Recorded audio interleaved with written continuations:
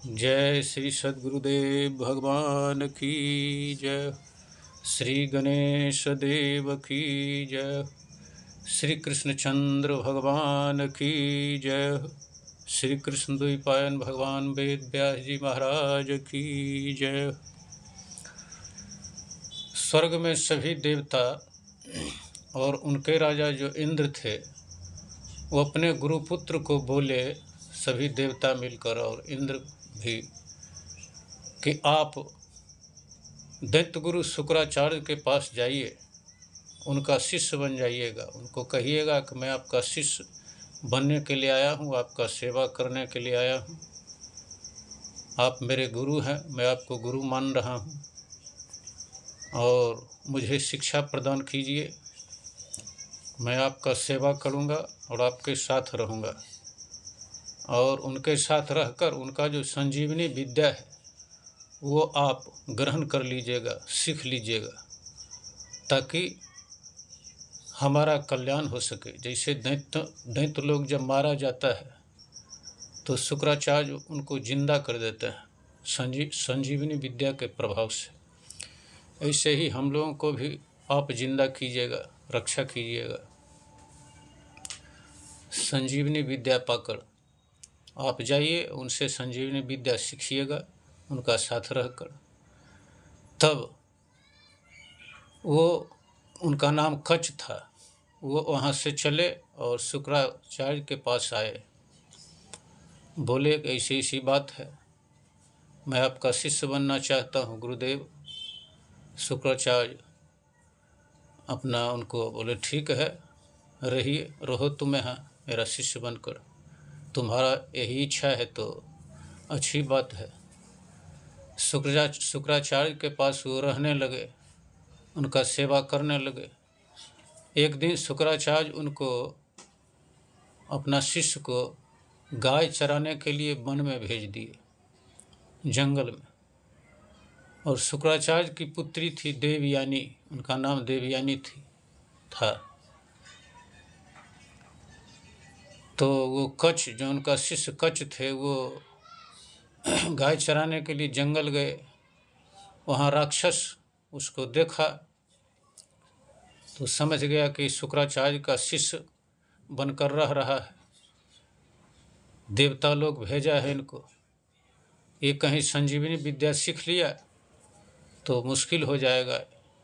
तो सभी दैत्य जो वहाँ था राक्षस, वो सब मिलकर उसको मार दिया।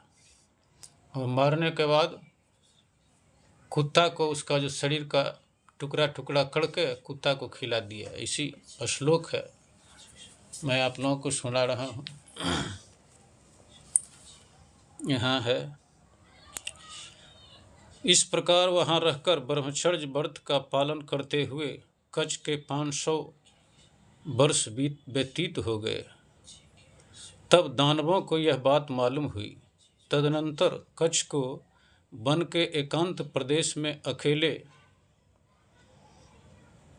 गौए चराते देख द्वेष से और संजीवनी विद्या की रक्षा के लिए क्रोध में भरे हुए दानवों ने कच्छ को मार डाला। यानी शुक्राचार्य का जो शिष्य कच्छ था, उनका कच्छ नाम था, उसको मार डाला। अब यहाँ श्लोक है, हत्वा शाला वृकेभ्यश्च प्रायच्छलबसः कृतं ततो गावो निर्वितास्ता आगोपाः स्वं निवेशनम। उन्होंने मारने के बाद उनके शरीर को टुकड़े टुकड़े करके कुत्तों और सियारों को बांट दिए,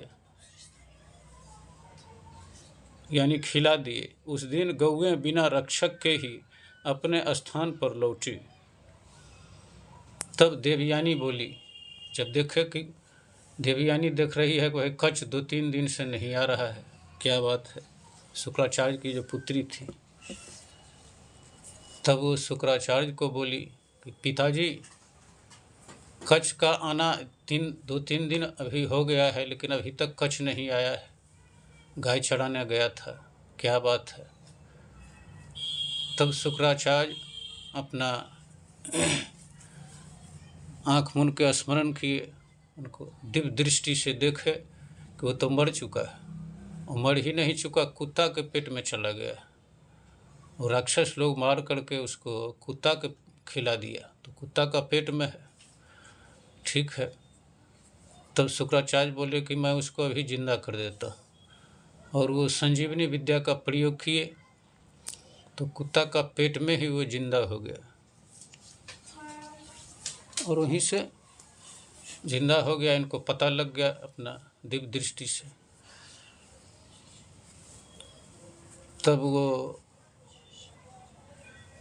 उसको आवाज़ दिए कि तुम कुत्ता का पेट फाड़ कर बाहर निकल आओ, और वो पेट फाड़ कर बाहर निकल करके जीवित चला आया। ऐसी कथा है।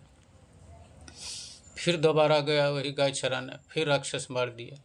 जाता बार बार मार देता था, ये जिंदा कर देते। अंत में क्या किया राक्षस, सोचा कि इसको ऐसा मारे जो दोबारा जिंदा नहीं। एक दिन फिर गाय चराने गया था, तो उसको मार के राक्षस लोग और उसको चटनी जैसा पीस दिया, पीस के और शराब में मिला दिया, यानी मदिरा में। शराब को मदिरा भी कहा जाता है। मदिरा में मिला करके और दैत्य अपने गुरु शुक्राचार्य को वो मदिरा पिला दिया। शुक्राचार्य को मदिरा पिला दिया। शुक्राचार्य मदिरा वो पी लिए, सोचे मदिरा है, इसी कथा है। उनको पिला दिया छल से, जैसे भी हो। और पीने के बाद वो पेट में चला गया।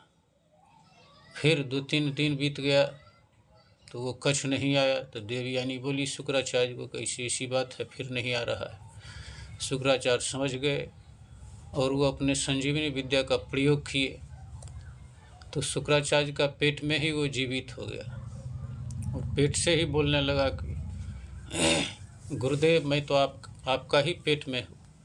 वो असुर मुझे मार दिया था, मैं आपका पेट में कैसे चला है मुझे तो मालूम नहीं है।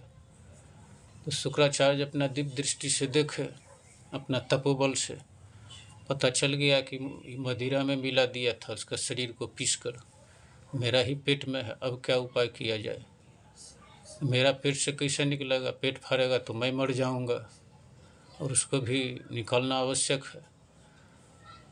तब आज्ञा दिए शुक्राचार्य कि एक काम करो, तुम मेरे पेट में रहकर ही संजीवनी विद्या सीख लो। मैं तुम्हें जो जो बता रहा हूँ उसको सीखो। और वो पेट में ही रहकर संजीवनी विद्या सीख लिया। तब आज्ञा दिए कि तुम अब संजीवनी विद्या का प्रयोग करना।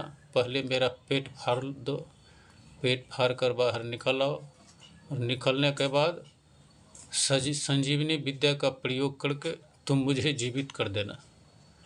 मैं भी जीवित हो जाऊंगा और तुम भी जीवित रहेगा। ऐसा ही किया गया। कच उनका संजीवनी विद्या सीख लिया पेट में ही रहकर, और सीखने के बाद उनका पेट को फाड़ कर बाहर निकल आया। बाहर निकलने के बाद वो संजीवनी विद्या का प्रयोग किया। प्रयोग करते ही गुरु शुक्राचार्य जिंदा हो गए, और ये तो पहले से ही जिंदा था। तो दोनों गुरु और शिष्य दोनों जीवित हो गए। ऐसी कथा है। तब शुक्राचार्य दानव पर बहुत जोर क्रोधित हुए, बोले तुम छल से ऐसा ऐसा काम कर दिया, मैं तुम्हारा गुरु नहीं रहूँगा।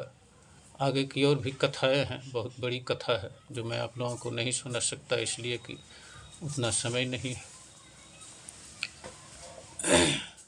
ये सब हमारे धर्म ग्रंथों में, सनातन धर्म ग्रंथों में कथा लिखी हुई है जो मैं आप लोगों को सुनाया। जय श्री कृष्णचंद्र भगवान की जय। कृष्णद्वैपायन भगवान वेद व्यास जी महाराज की जय। नमः पार्वती पतये हर हर महादेव।